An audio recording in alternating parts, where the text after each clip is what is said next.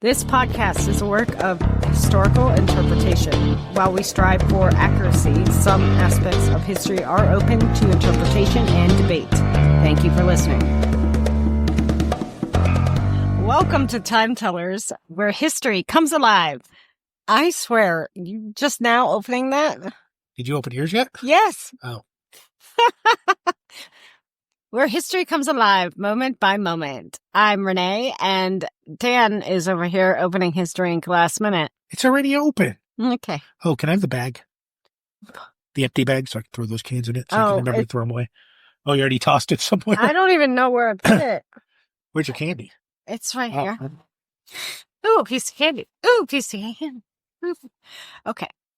So, I'm your host, Renee, and this is Dan, and today we're exploring two tragic moments in American history, separated by a century, but connected by their profound impacts on America. Those two events are the assassination of President Abraham Lincoln and the assassination of Dr. Martin Luther King, Jr.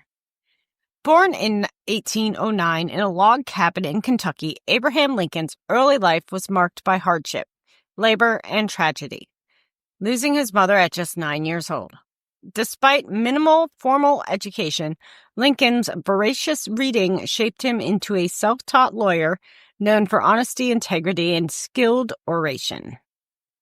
Abraham Lincoln's early political career began in Illinois, where he was first elected to the Illinois General Assembly in 1834 as a Whig. He served 4 terms in the state's legislature, gaining a reputation for honesty, effective debate, and opposition to slavery expansion. Lincoln then served a single term in the U.S. House of Representatives from 1847 to 1849, notably opposing the Mexican-American War. After a brief return to his law practice, the Kansas-Nebraska Act of 1854 reignited his political ambition, prompting his outspoken criticisms of slavery's spread, ultimately paving the way to his prominence in the newly formed Republican Party. After re-entering politics in Illinois, Lincoln's career rapidly progressed. His debates against Stephen Douglas regarding slavery catapulted him into national prominence, paving the way for his election as the 16th president in 1860.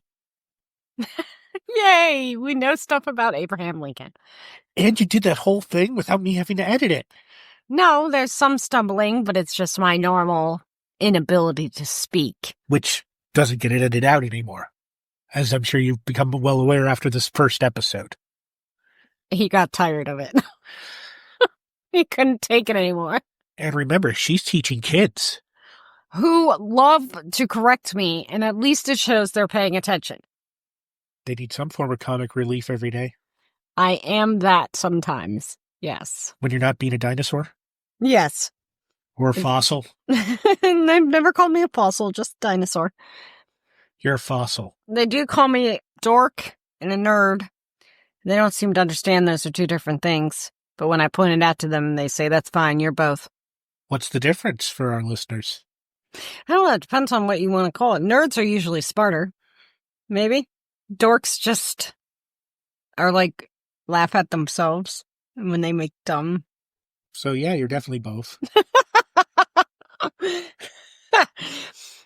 Don't slap me. That wasn't nice. Oh, okay.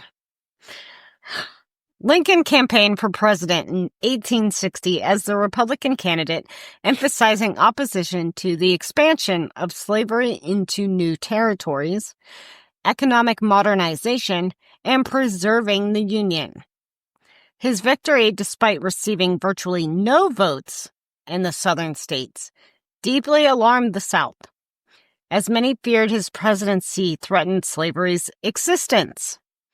In response, southern states, beginning with South Carolina, swiftly seceded from the Union, forming the Confederate States of America and setting the stage for the Civil War. Now, I'm not going to go into a lot of detail about the Civil War, because that would be the entire episode plus many more, which we will do eventually someday. But all of it? Maybe not all of it. But we do know, that the American Civil War was fought from 1864 to 1865. This quickly consumed Lincoln's presidency. He faced the daunting task of preserving a nation divided.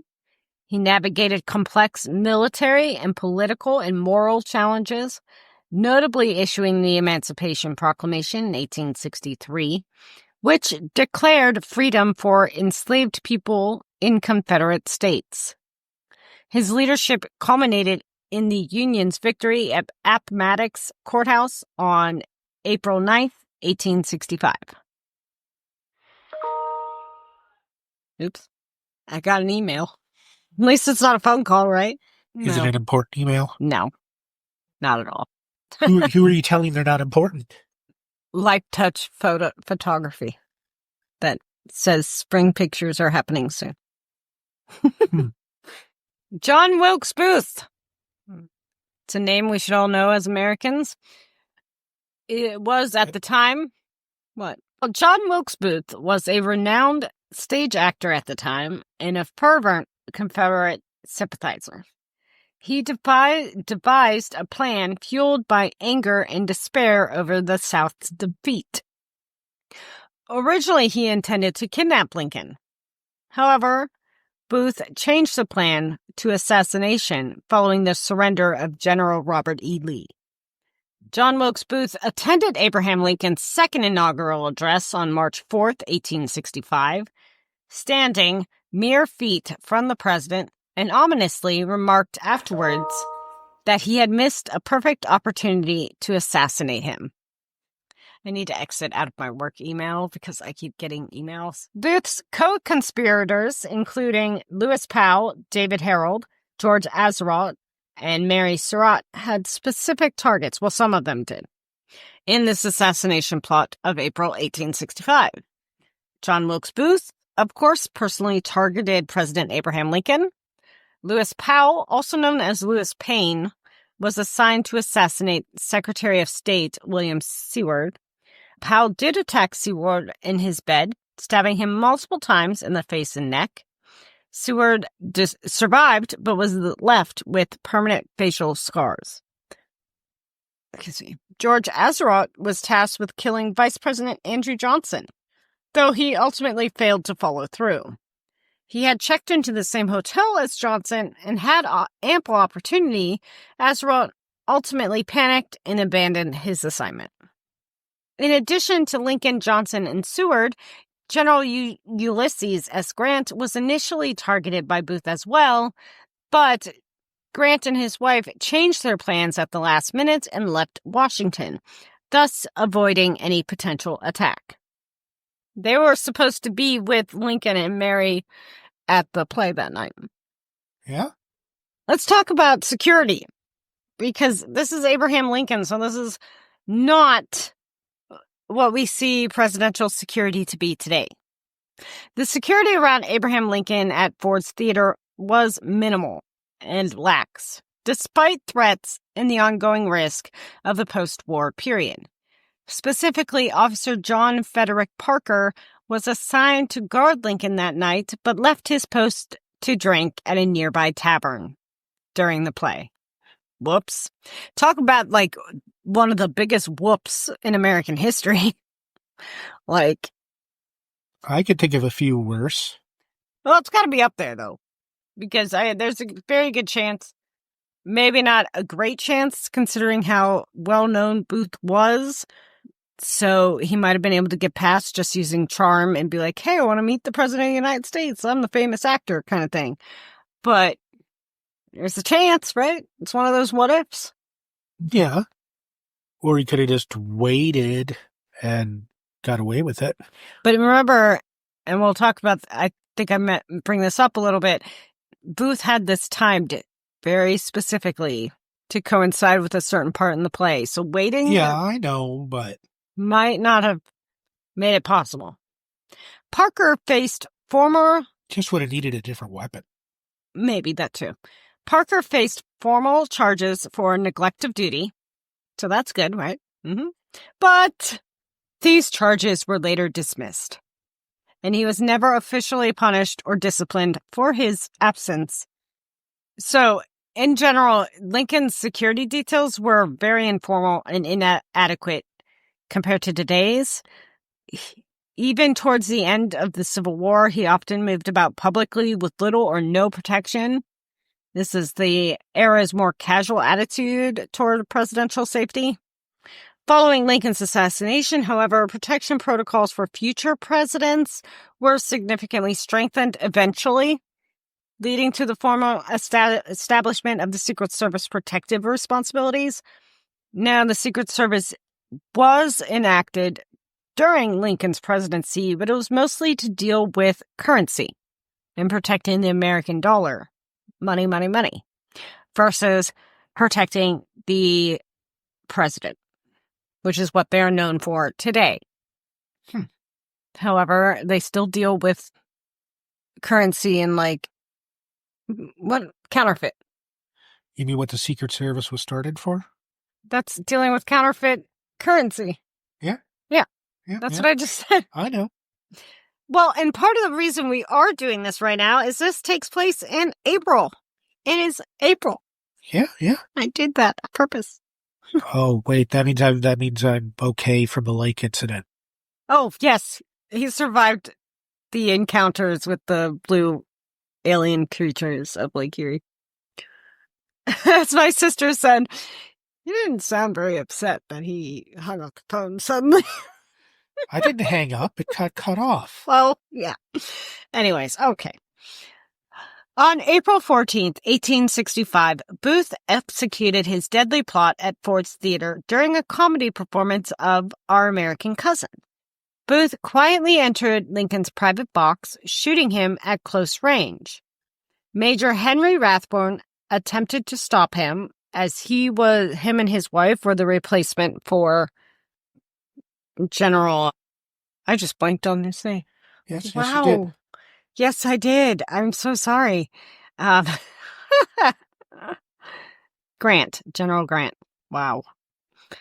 He attempted, Major Henry Rathbone attempted to stop him, suffering a severe wound in the process. Booth leapt onto the stage, because this was from a box that was above the stage, so he leapt over onto the stage, injuring his leg in the process, but was able to escape. Now, he did time this for a laugh moment when he knew, because he knew the show well, that the audience should get a big laugh to help muffle or confuse the gunshot. Yeah. Of course, then he leapt onto the stage, had everybody's attention because he is an actor and dramatic, shouting the Virginia state motto, Sic semper tyrannis, before running out the back. Are you going to translate the Latin for us? No, because I don't speak Latin. Can you? I don't speak Latin. Okay, then. But you don't know what that means? Something about tyranny. Or tyrannist. Lincoln was immediately attended by Dr. Charles Leo, who found him unresponsive and critically wounded. Well, yes, he was shot in the head. Doctors struggled desperately through the night, removing blood clots and continuously monitoring the swelling around Lincoln's brain. Sadly, their efforts failed, and Lincoln succumbed to his injuries at 7:22 a.m. on April 15th. Unfortunately, his wife was not by his side at the time because she had been removed from the room because she was hysterical. Booth fled through southern Maryland and into rural Virginia, aided by sympathetic citizens. David Harold directly accompanied Booth during the escape from Washington, D.C., guiding him and assisting him through Virginia and Maryland. That was his first mistake. Yep. His first mistake was running. Yeah.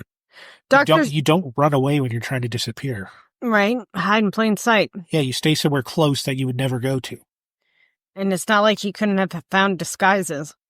Dr. Samuel Mudd provided medical treatment for Booth's broken leg and temporary shelter at his Maryland home, although historians debated his full awareness of Booth's actions.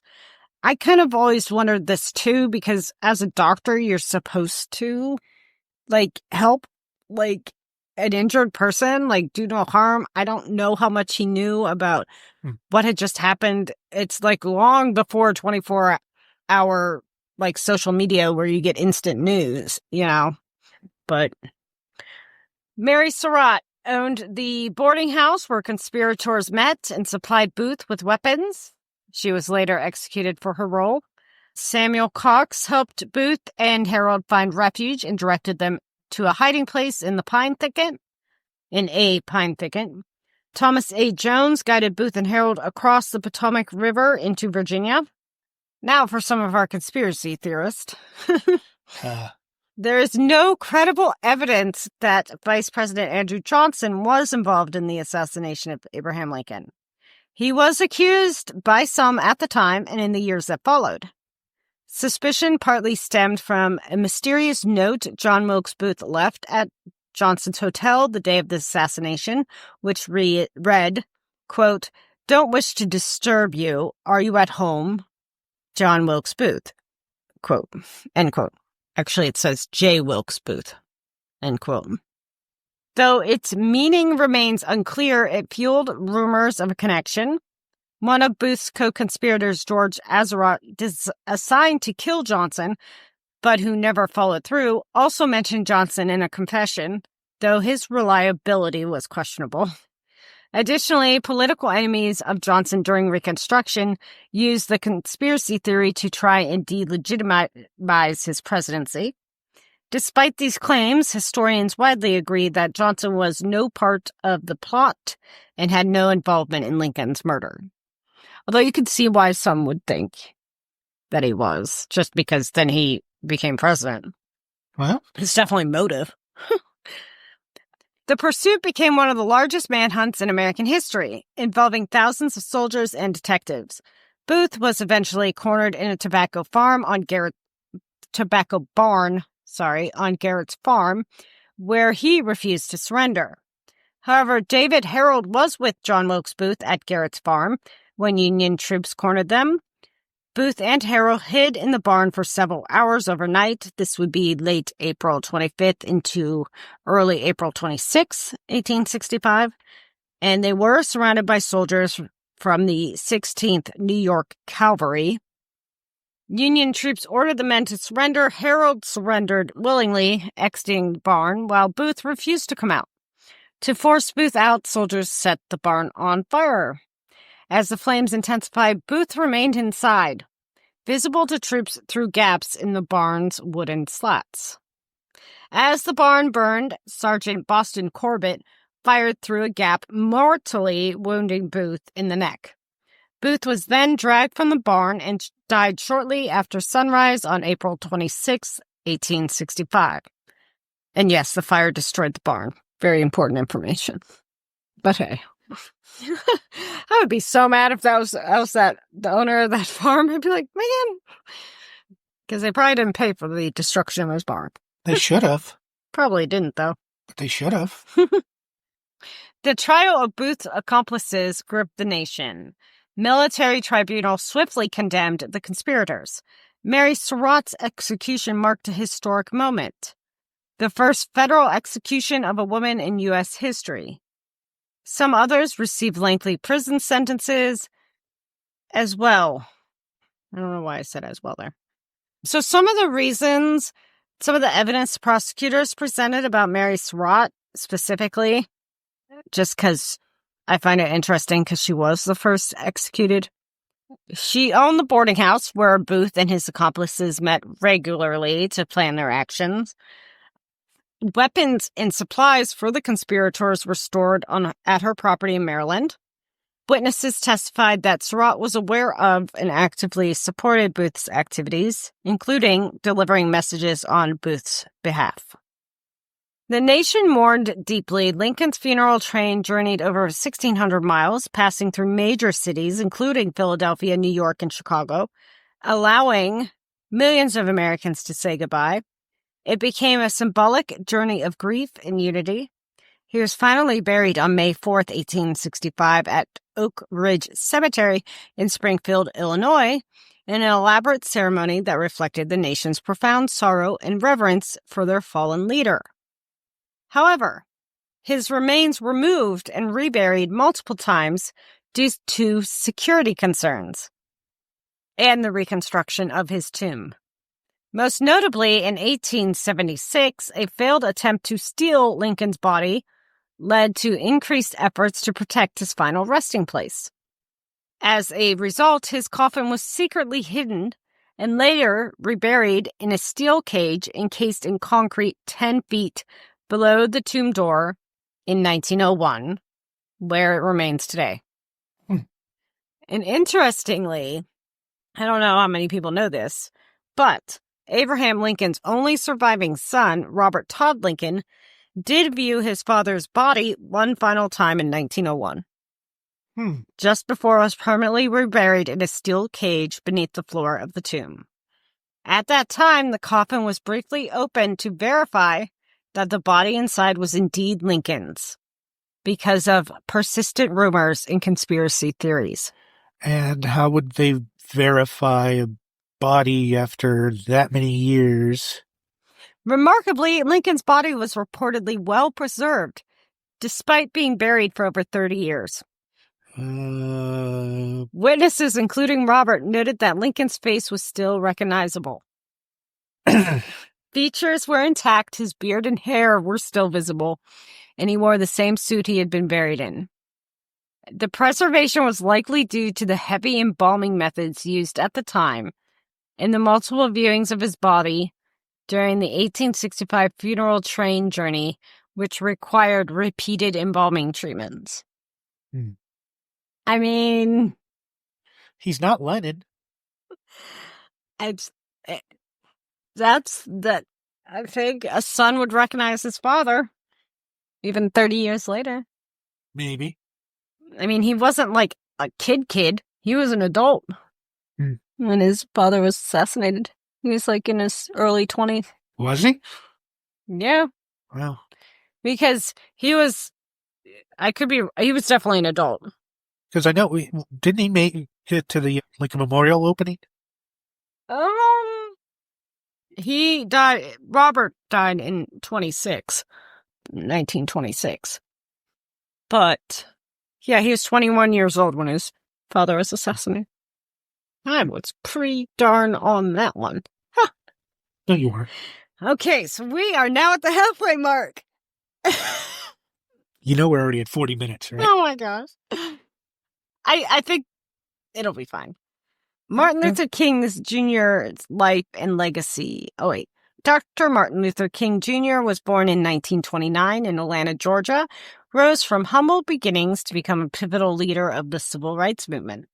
Inspired by Christian theology and Mahatma Gandhi's principle of nonviolence, King mobilized thousands, culminating in landmark achievements such as the Montgomery bus boycott, the March on Washington, and his iconic I Have a Dream speech.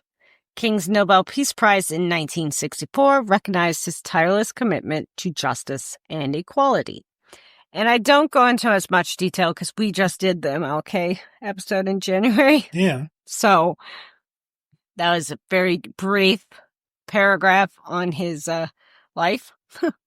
On April 4th, 1968, so this is another April episode. That's why I combined these two. Yeah, but it's going to end up being split for posting purposes. I don't think so. This one will end up being a mini. No, I don't think so. The title is Shots That Shocked America, Lincoln and MLK. The title will be whatever I type in and call it. Okay. On April 4th, 1968, King was supporting sanitation workers' strikes in Memphis, Tennessee, when tragedy struck. While standing on the balcony is a little bit of a misnomer. It was like the walkway. It wasn't a balcony. Yeah. It was the walk. It was the walkway of room 306 at the Lorraine Motel. King was shot by James Earl Ray. The bullet fractured King's jaw, traveled through his neck, severed his spinal cord, and caused catastrophic bleeding. Emergency surgery at St. Joseph's Hospital failed to save his life, and King was pronounced dead at 7:05 p.m. Local police arrived at the scene shortly after the shooting and began interviewing witnesses and securing evidence. A rifle believed to be the murder weapon was found nearby, which helped direct the investigation. The most significant break came when the FBI lifted James Earl Ray's fingerprints from the rifle and the scope, as well as from a beer can and other belongings in a bundle that was found. Ray had a criminal record. Otherwise, his fingerprints would have been useless because they were able to match it to his fingerprints that were already in the system from previous arrests. Ray had used the alias Eric Starvel Galt while on the run from this previous arrest, including when purchasing the rifle. Investigators traced this alias and discovered Ray had obtained false documents under various names, which helped them piece together his movements. James Earl Ray fled after the shooting, igniting a massive FBI-led international manhunt spanning multiple countries. He was captured, however. Do you know where he was captured? What country? Somewhere in Europe. Well, you are correct. He was captured in London at the Heathrow Airport after 2 months while trying to board a flight to Brussels using a fake Canadian passport under the name of Ramon George Schneid. Schneid? Yeah. James Earl Ray never actually stood trial in the traditional sense for the assassination of Dr. Martin Luther King Jr. Instead, he pled guilty on March 10th, 1969, just days before his trial was supposed to begin. By pleading guilty, Ray avoided the death penalty and was sentenced to 99 years in prison. That's it? That was it. However, just 3 days later, Ray recanted his confession, claiming he was set up and had been part of a larger conspiracy. What'd the FBI do? Not quite there yet. Or the CIA? Not quite there. Over the years, he pushed for a new trial to prove his innocence, and many, including some members of the King family, began to question the official story. Despite numerous investigations and hearings, including a 1999 civil trial, in which a Memphis jury found that there was likely a conspiracy involving government agencies. Oh boy. Ray was never granted a full criminal trial, like a full new one. He died in prison in 1998, which is interesting to me because then a year later, the civil trial found that there's... Okay. Yeah. Over the years, numerous conspiracy theories have surrounded the assassination of Dr. Martin Luther King Jr. Of course, while he did plead guilty in 1969, many believed that James Earl Ray was not the lone gunman, and some have even doubted his involvement altogether. One of the most well-known theories suggested that Dr. King's death was part of a larger government plot, involving the FBI, CIA, or military intelligence. What about the mafia? Aimed at silencing him being MLK Jr., as he became increasingly outspoken about the Vietnam War and economic justice. So, of course, we had this civil jury trial in 1999 that did conclude that Dr. King was a victim of a conspiracy and that governmental agencies were likely involved. However, this was not a criminal trial, and the U.S. Department of Justice later found, quote-unquote, no evidence to support it. The case continues to fuel speculation and mistrust, especially given the FBI's documented history of monitoring and harassing King during his lifetime. Because J. Edgar Hoover was definitely following very closely MLK Jr. Movement, and there's definitely wiretapping going on, and he knew about all of MLK Jr.'s infidelities. He was not the most loyal man when it came to physical activity. Apparently. Yep. Dr. Martin Luther King Jr.'s funeral took place on April 9th, 1968, 5 days after his assassination, and drew mourners from across the nation and the world. A private service was then held for his family and close friends at his church in Atlanta, Georgia. Later that day, a public funeral followed, attended by tens of thousands who marched solemnly through the streets of Atlanta behind a humble wooden cart that carried King's casket. Dr. King was initially buried in the Southview Cemetery. However, in 1970, his remains were also moved to a crypt on the grounds of the Martin Luther King Jr. Center for Nonviolent Social Change, where he rests alongside his wife, Coretta Scott King, who died in 2006 at the age of 78. I mean, she outlived her husband by 38 years. It's a long time. She, just like Mary Todd Lincoln, never remarried. I mean, Mary Lincoln, I think, went a little nutty towards the end, from what I understand historically, and I don't mean that to sound mean. That did sound mean. Yeah, wasn't it haunted by ghosts and all that kind of crazy stuff? She was a spiritualist. She tried to commune, even in the White House, she would try and commune with her dead children. Yeah. She had a rough life. Sounds perfectly normal. A very rough life. Mary Todd Lincoln would die in 1882 at the age of 63. So neither one of them remarried after their husbands were assassinated. Both assassinations profoundly shaped America's trajectory. Changed it, for sure, because I think that time period after the Civil War would have been completely different if Lincoln had survived. I don't know if it necessarily would have been better or worse. I don't know how that would have changed going out. I mean, Reconstruction, who knows? But Lincoln's death symbolized a painful transition into Reconstruction and reconciliation, while King's assassination highlighted persistent racial injustice and intensified efforts towards civil rights reform. Their legacies endure, reminding us of America's complex, ongoing pursuit of freedom and equality, or at least we like to believe that is part of America's legacy. At least we have moments of it in our history.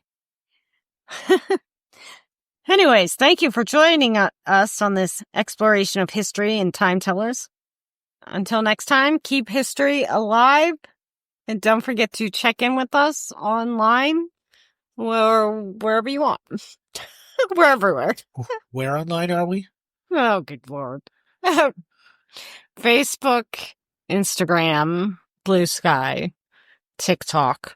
Although I'm not very good at posting things sometimes. We know. We have the website, timetellerhistory.com. The Patreon. Patreon is also on that website. No. I feel like I'm forgetting something, but I don't know what it is. Did you remember LinkedIn? Did you remember Indeed? We do not have these. If we do, I know nothing about them. What about the MySpace? Oh, yeah, that's funny. Anyways, y'all have a good night. Bye. So I wonder how many people actually liked the April Fool's thing. My sister thought it was cute and funny. Nobody said anything to me about it at all. Oh, my sister was just like, oh, you're doing breaking news now? I'm like, just listen to it. And then say something. She was like, oh my God. Anyway. I wonder how many people have even listened to that. I don't know. Can you tell that quickly? It hasn't been kind out of for 24 hours. Are we still recording? Yeah. Oh, okay. Well, I'm hanging up now. Why? Because it's 5 o'clock. That's 4:57. Oh my God. Well, let me know if you find those numbers. Well,